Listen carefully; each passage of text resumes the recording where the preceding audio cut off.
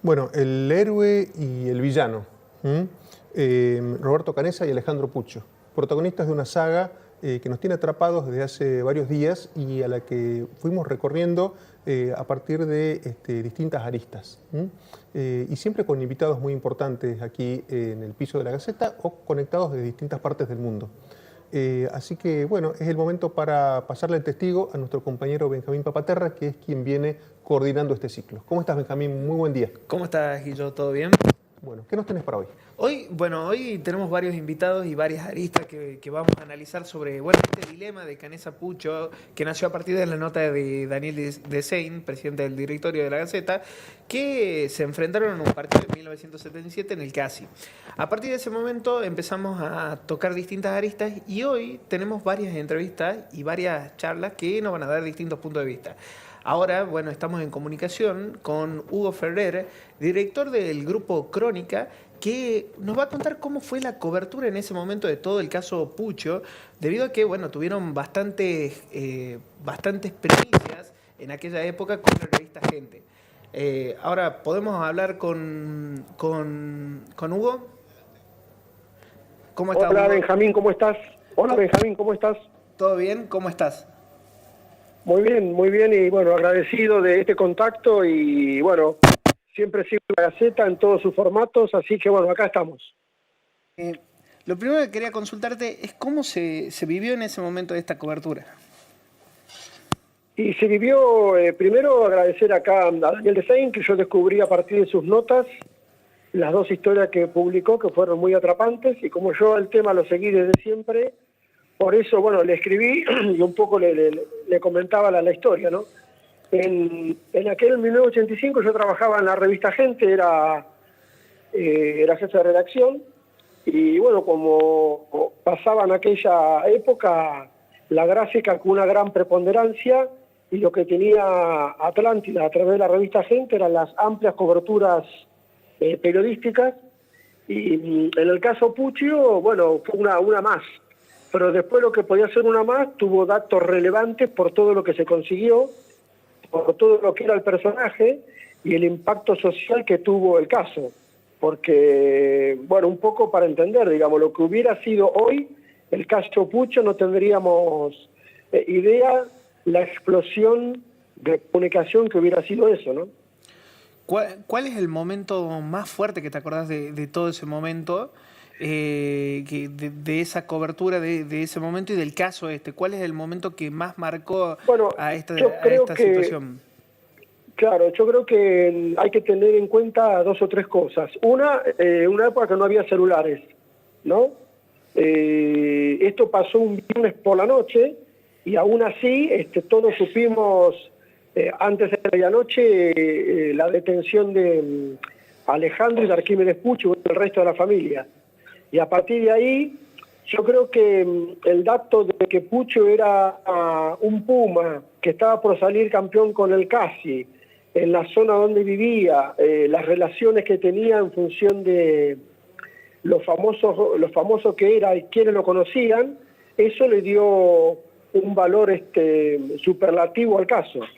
Y cuando se conocen las historias, y más todavía que a una de las víctimas, la secuestrada, estaba en el sótano de la casa, en su propia casa, eso creo que fue el impacto mayor de toda la historia.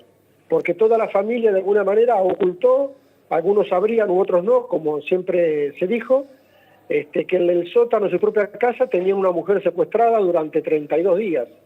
Entonces, ese caso más lo que implicó Puccio con la relación que tenía con los compañeros del CASI, y los secuestros en los cuales estuvo involucrado, secuestros y muertes, involucrado de dos personas que eran de su amistad como Manoukian y Aulet, eso fue dándole día a día al tema una mayor importancia y una avidez por conocer y saber lo que pasaba. ¿Por qué crees que tomó tanta relevancia nacional este caso? Quizá por el deporte, por las formas, ¿por qué crees que tuvo ese impacto dentro de la sociedad argentina? Y yo creo que fue todo, porque en su momento el tema estaba en todas las radios, estaba obviamente en la televisión, y y obviamente en todos los diarios y las revistas, fue impresionante. Y también ayudó mucho acá en su momento el juez federal Piotti, porque también le dio un tema mediático tremendo de divulgación, y después los otros jueces que participaron en las demás causas. Entonces creo que eso fue lo que de alguna manera le dio mayor relevancia al caso.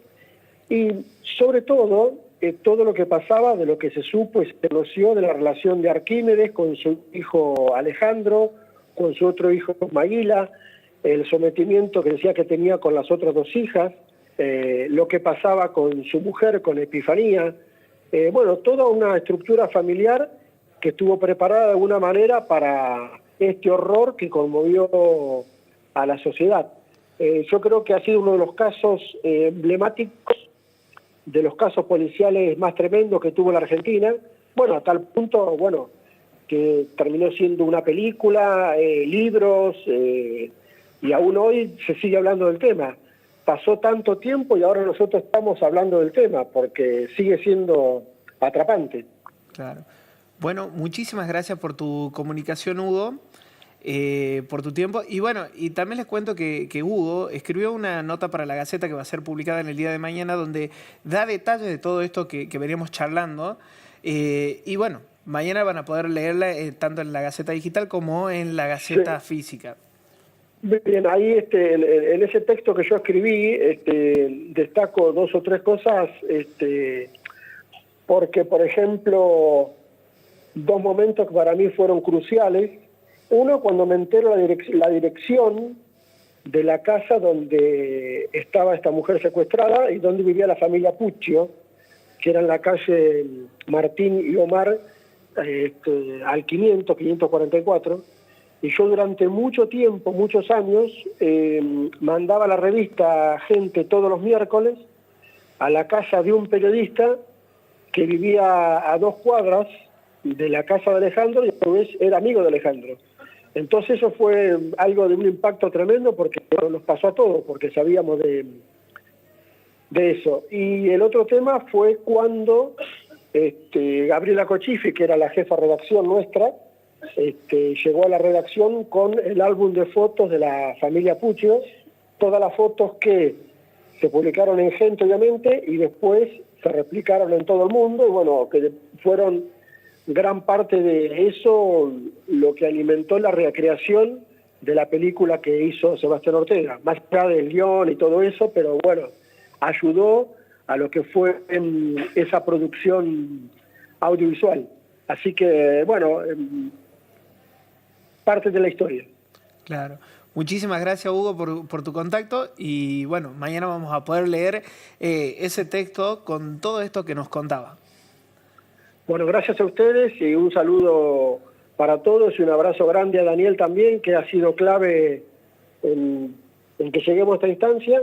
Y un dato que quiero destacar, no olvidar el valor que aún sigue teniendo el archivo de todos los medios, que es la verdadera memoria de un medio de comunicación. Hay que valorarlo, y cuando se lo rescata y se recogen estas historias, uno ahí siente el valor que tiene. Perfecto, muchas gracias. Y ahora también vamos a hablar con Daniel Desein, presidente del directorio de la Gaceta, para que reflexionemos un poco sobre esto que nos contaba Hugo y sobre qué es lo que vamos a leer mañana también con respecto a esta cobertura que nos estaba dando detalles sobre el caso Puccio. ¿Cómo estás, Daniel? ¿Todo bien? Todo bien, Benjamín. Hola a todos, ¿cómo andan? Interesantísimo lo que acabamos de escuchar, que es un testimonio muy valioso de Hugo Ferrer, que fue un protagonista en la cobertura de esos años, del año 85, y me recordaba, Hugo, que nosotros hace unos meses habíamos estado en el Palacio de Tribunales, donde se entrega anualmente un premio entre la Corte Suprema, lo entrega el presidente de la Corte, con ADEPA, es el premio al periodismo judicial. La Gaceta ha ganado muchos. Uno de los últimos lo ganó Gustavo Rodríguez, estuvo allí, se lo entregó Horacio Rosati, a mí me tocó hacer otro de los discursos sobre el final de la pandemia. Ahí en el Palacio de Tribunales, en el 4º piso, se tiró Alejandro Puccio después de una indagatoria en las primeras semanas, poco tiempo después de la detención. Esto era en noviembre, creo que era el 5 de noviembre. Y Hugo, con sus periodistas, coordinó la cobertura. Había un fotógrafo de gente que estaba siguiendo todo el proceso legal y que se encontró con este intento de suicidio. Él estaba esposado, vuela hacia el vacío, ¿no? Intentando claramente matarse, y de casualidad cae sobre un kiosco que tenía la DGI ahí para hacer fotocopias para los trámites judiciales, ¿no? La foto de gente que fue Alejandro Pucho en camilla, muy lastimado, ¿no?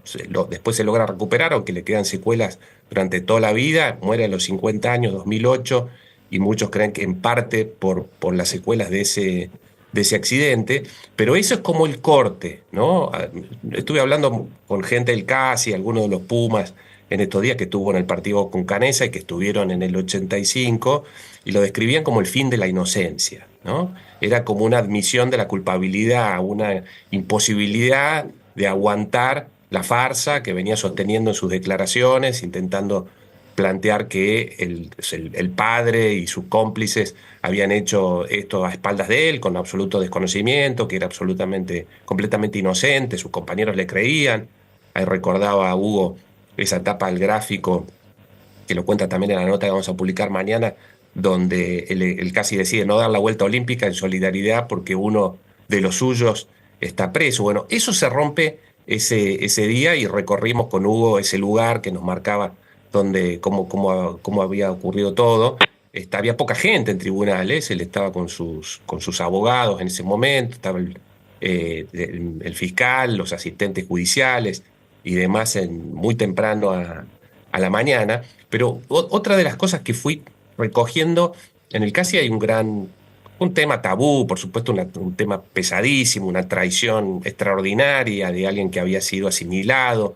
Hubo dos testimonios públicos, uno el de Chapa Branca, que ya lo hemos comentado, que había sido un gran defensor en los primeros días, ¿no? Y finalmente él, en una pelea con alguien que sugiere que Alejandro Pucho es culpable, le dice: pero vos estás en la lista de los secuestrados. Entonces ahí se da cuenta que él era una de las posibles próximas víctimas que tenía el clan en la mira, ¿no? Y otro es Gonzalo Bécar Varela, que jugó el partido. Chapa Branca jugó ese partido del 77 de Canesa y Pucho. Gonzalo Bécar Varela también, junto con su hermano. Los dos van a ser Pumas, ¿no? Los dos Gonzalo creo que termina siendo presidente del CASI, y había sido entrenador de Pucho. Entonces él se siente muy traicionado al principio. Los Puchos vivían en el barrio de Flores, y se muda a San Isidro, y Gonzalo Bécar Varela lo entrena en juveniles, ¿no? En menores de 15 años era su entrenador, después va a ser su compañero. Ahí en el 77 llevaba pocos meses de haber debutado en primera, con 18 años Pucho, un año después va a ser Puma. Todo se le da muy rápido, ¿no? El ascenso a la gloria deportiva.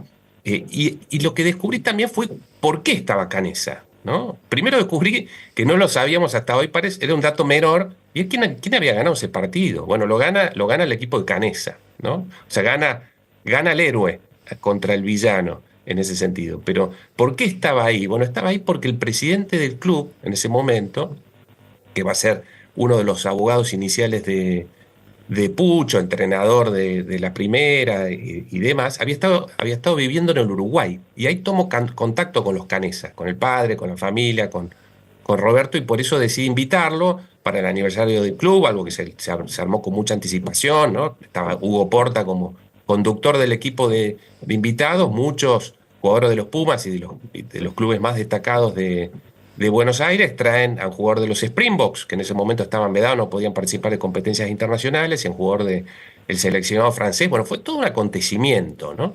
Que para algunos de los protagonistas se les había desdibujado un poco de la memoria, bueno, pero sí el núcleo de ese recuerdo, que fue muy importante para el club, donde todavía estaban muy lejos los crímenes, faltaban 5 años para el primer secuestro, el de Manuquián, pero ya Canesa obviamente era todo un personaje, porque habían pasado otros 5 años desde el accidente del 72 de los Andes, ¿no? Entonces, ahí tenemos la colección uruguaya, y creo que tenés a Amelia en el piso. Bueno, que la idea es tener una voz uruguaya para contar esta historia de alguien que conoce los lugares donde vive Canesa, donde viven los héroes, que conoce bien esa comunidad, que es psiquiatra y tiene una relación de profesional, ¿no? Con Canessa, que es médico, a su vez cirujano pediátrico, y hizo una enorme contribución, Premio Nacional de Medicina de su país, una trayectoria extraordinaria también a nivel profesional, y nos puede contar con acento uruguayo parte de esta historia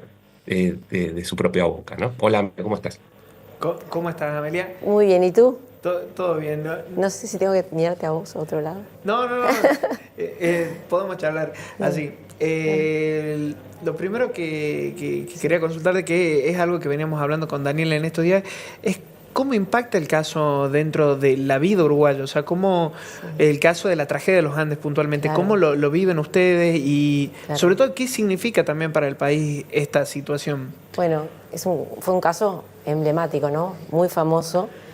Cuando sucedió, yo era una niña, vivía en el campo y escuchaba que mis padres hablaban, pero no tenía así el pulso tomado de lo que implicaba en Carrasco, que es el barrio donde es Canessa y donde yo también vivo actualmente.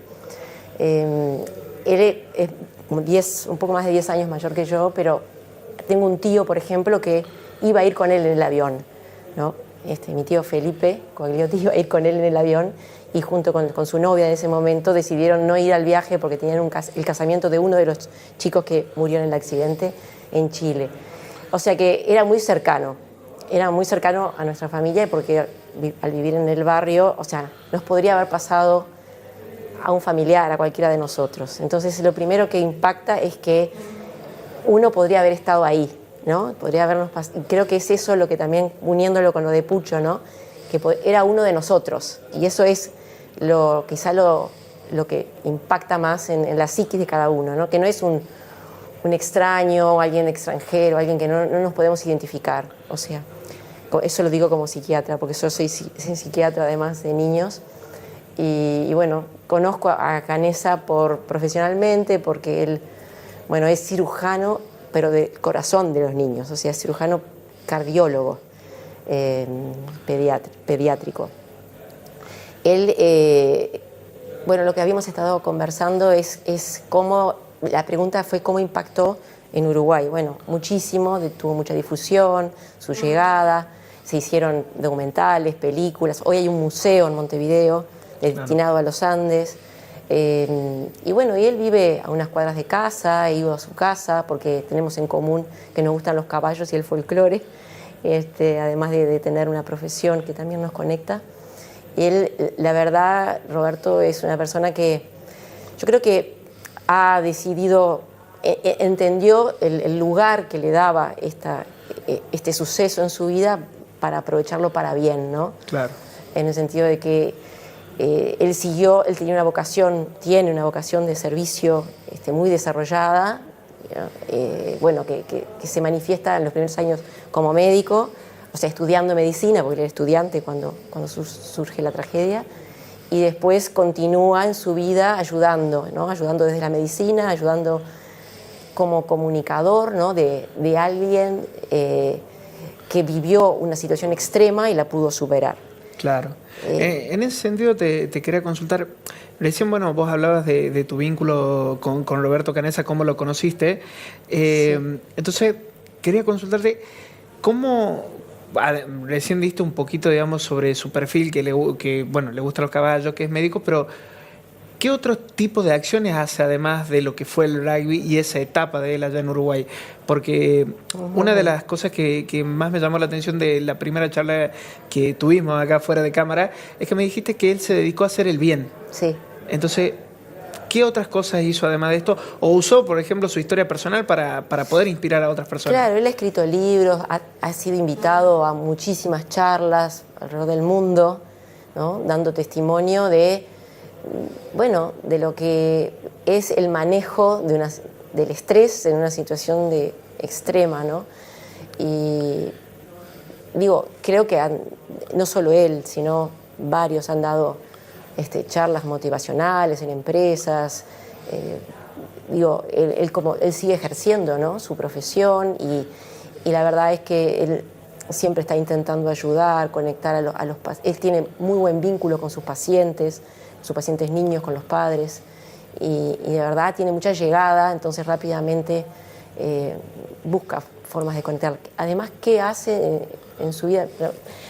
No tanto tampoco lo conozco, pero sí sé que es una persona que siempre está muy atenta a ver cómo puede ayudar al otro. Claro. Eso sí.